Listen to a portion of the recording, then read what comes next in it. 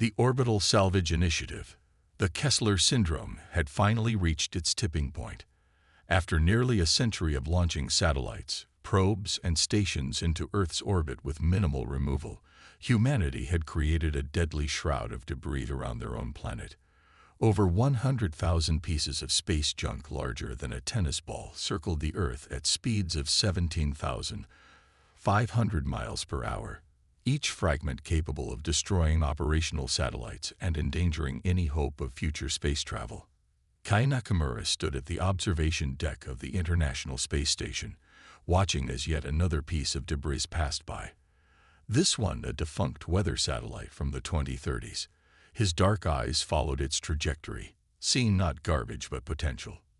"You're still obsessed with your recycling project, I see," said Commander Elena Vasquez, floating up beside him.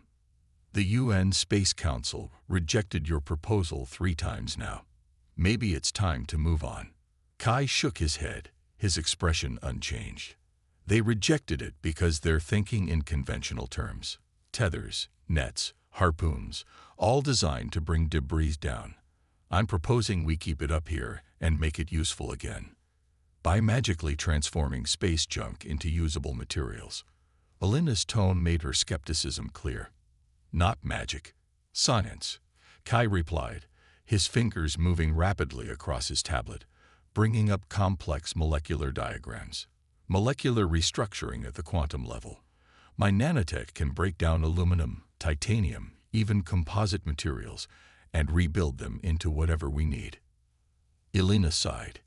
"Even if your theory works, and that's a massive if, the cost would be astronomical, higher than abandoning all space activities because we've trapped ourselves behind a wall of our own garbage," Kai challenged. "Besides, I've secured private funding." Elena's eyebrows shot up. "From whom?"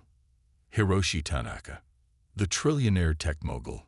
Why would he invest in something the scientific community has essentially dismissed?" Kai's lips curved into a small smile. "Because his great-granddaughter wants to be the first human on Mars. And right now, that's impossible." 6 months later, the Orbital Salvage Initiative launched its first prototype station.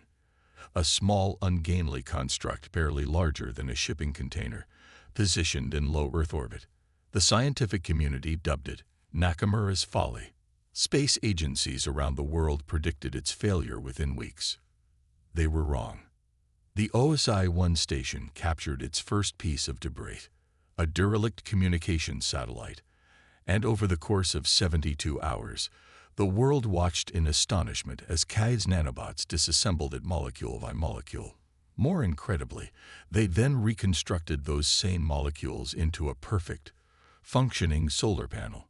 "Impossible," muttered Dr. Wei Chang, head of the Chinese Space Agency, watching the live feed from Beijing. "Revolutionary," whispered Tanaka, observing from Tokyo. "Just the beginning," said Kai, his voice steady as he directed operations from the control center in Houston. Over the next 18 months, the OSI program expanded rapidly. 5 more stations joined the original, each one larger and more sophisticated than its predecessor. Together, they began to make a noticeable dent in Earth's orbital debris field, transforming dangerous junk into useful materials that could be used in space without the prohibitive cost of launching them from Earth. The unanticipated side effect was the rapid acceleration of humanity's space capabilities. When construction materials could be sourced in orbit rather than launched from Earth at $10,000 per pound, suddenly ambitious projects became feasible. A new, larger international space station, a permanent lunar base, even the long-dreamed-of mission to Mars began to seem within reach. It was during the capture of a particularly large cluster of debris, remnants of an old Russian space station, that technician Sora Kim noticed something unusual. "Dr. Nakamura, there's an object among the debris that doesn't match any of our catalogs," she reported, her brow furrowed as she studied the readings. "It's approximately 2 meters in length, cylindrical, and it's moving under its own power." Kai frowned, moving to look over her shoulder. "Active debris, a satellite that's still operational." "No, sir," Sora replied. Its trajectory changes don't match any known propulsion system, and it's emitting energy signatures unlike anything in our database. Within hours, the object had been secured in a containment bay of OSI-3. As Kai and his team approached in protective suits, the cylindrical device suddenly transformed, extending appendages and revealing what could only be described as sensory equipment. "It's a probe," whispered Kai, awe and alarm mingling in his voice. "And I don't think it's one of ours." The probe's discovery sent shockwaves through Earth's governments. Emergency sessions of the UN Security Council were convened. Military forces worldwide went on high alert, and in the midst of the chaos, the probe activated a previously dormant communication system and transmitted a signal into deep space. 3 days later, the response came. It began with the simultaneous failure of every satellite in Earth's orbit. Communications worldwide went dark. Then came the ships, massive vessels that seemed to materialize just beyond the moon's orbit, each one larger than any spacecraft humans had ever constructed. A transmission reached every electronic device on Earth simultaneously. The creatures on the screens were vaguely humanoid, tall with elongated limbs and iridescent skin that shifted colors as they moved. They identified themselves as the Viridian Collective. "Humans of Earth," the alien speaker began, its voice translated through some unknown means into every major language. "Our observation probe has monitored your recent technological advancement with great interest. Your species has demonstrated remarkable ingenuity in transforming debris into resources. This capability represents a significant threat to galactic stability." The alien's color shifted to a deep purple. "Throughout our history, species that develop resource conversion technology invariably expand aggressively throughout neighboring systems. We cannot permit this. You have 2 of your Earth rotations to surrender your planet to Viridian management. Resistance will result in your extinction." As the transmission ended, stunned silence fell across the planet. Humanity faced its first extraterrestrial ultimatum, with no apparent means to fight back against a vastly superior technological force. In Houston, Kai Nakamura stared at the now-dark screen, his mind racing. "They're afraid of us," he said suddenly, turning to the room of engineers and scientists. "They should be," he continued, his voice growing stronger. "They've been watching us turn junk into resources. If we can do that with debris, imagine what we could create with purpose."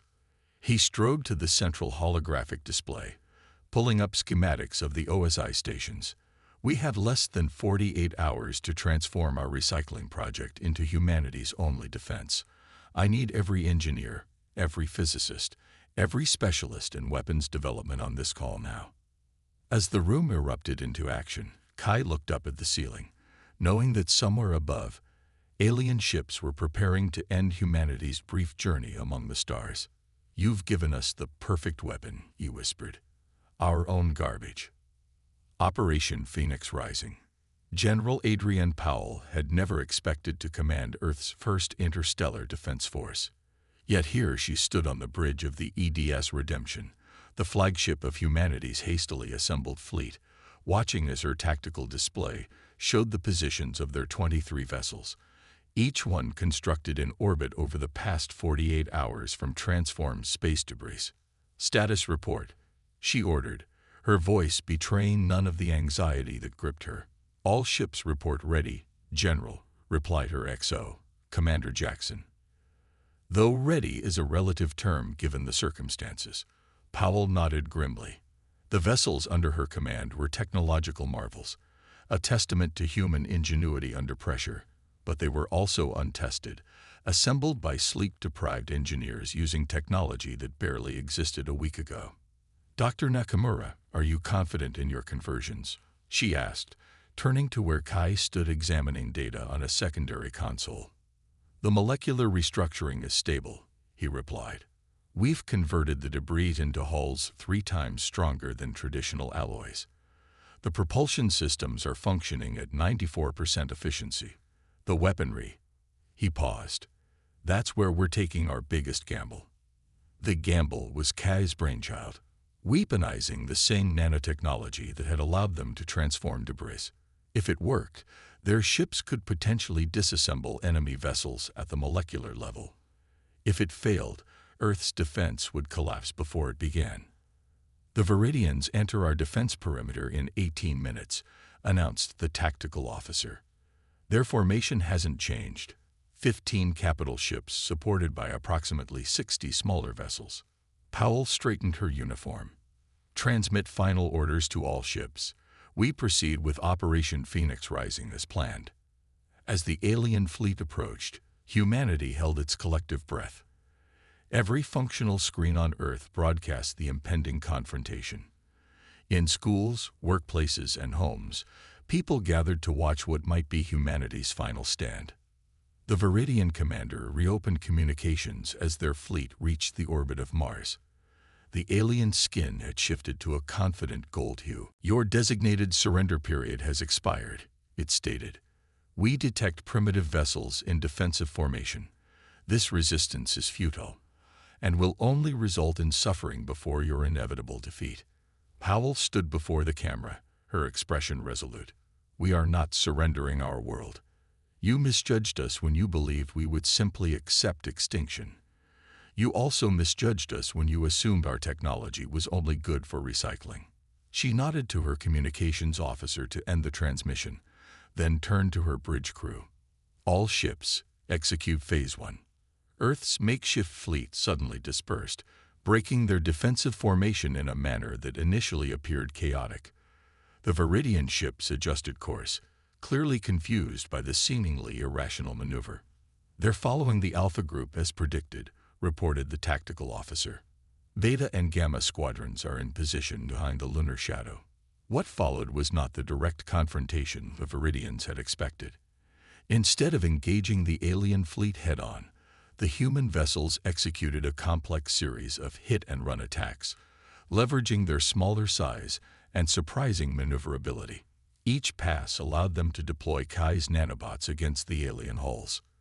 The effect wasn't immediately apparent, but after the third coordinated strike, one of the smaller Viridian vessels suddenly lost structural integrity, its hull disintegrating as the nanobots converted its exotic materials into useless dust. "It's working," exclaimed Kai, watching the data flood his screen. "The nanobots are adapting to their molecular structure faster than expected." But the advantage was short-lived. The Viridians quickly realized the nature of the attack and activated energy shields that the nanobots couldn't penetrate. 3 human ships were destroyed in quick succession by concentrated energy beams that sliced through their hulls like paper. "We need a new approach," Powell said grimly, watching as the tactical display showed the overwhelming force they still faced. "Dr. Nakamura, can your nanobots be modified to penetrate their shields?" Kai's fingers flew across his console. "Not directly, but there might be another way." He looked up, his eyes bright with a desperate idea. "Their shields are designed to repel active threats. What if we appeared to surrender?" What followed was a desperate gambit. The Redemption broadcast surrender protocols while secretly dispersing billions of inactive nanobots into space around the Viridian fleet. When the aliens temporarily lowered their shields to accept the surrender delegation, Kai activated the dormant nanobots. The effect was immediate and devastating. The molecular deconstruction spread through the alien fleet like a technological plague. Ships began to disintegrate, their advanced materials becoming clouds of disassociated molecules. The Viridian commander reopened communications, its skin now a pale, alarmed blue. "Cease this attack immediately. This violates all principles of civilized warfare," says the civilization that threatened our extinction, Powell replied coldly. "However, unlike you, we are offering terms. Withdraw from our solar system, acknowledge Earth's sovereignty, and we will provide the countermeasure to save your remaining ships and crews." The battle for Earth ended not with humanity's extinction, but with an unexpected victory. The Viridian collective retreated, taking with them a new understanding of the species they had grossly underestimated. In the months that followed, Earth's nations remained united under the common purpose of strengthening their defenses. The Orbital Salvage Initiative evolved into the Earth Defense Force, continuing to clear Earth's orbit of debris while simultaneously constructing a permanent fleet. 1 year after the Viridian encounter, Kai Nakamura stood once again in the observation deck, this time aboard the newly completed orbital shipyard Phoenix Base. Below him, Earth turned serene and blue, while above, construction continued on vessels that would soon explore rather than defend. The Viridians have been quiet, noted Elena Vasquez, now Admiral of Earth's growing fleet. But our long-range sensors have detected increased activity from at least 3 other spacefaring civilizations. They're watching us. Kai nodded. Let them watch. They'll see that we turned a crisis into opportunity, garbage into greatness. They'll see that we're not to be underestimated, Elena added. No, Kai agreed, his gaze turning toward the stars beyond their solar system. But I hope they also see that we're ready to join the galactic community as equals, not conquerors or subjects. We've proven what humans can do when pushed to the brink. Imagine what we could accomplish as partners.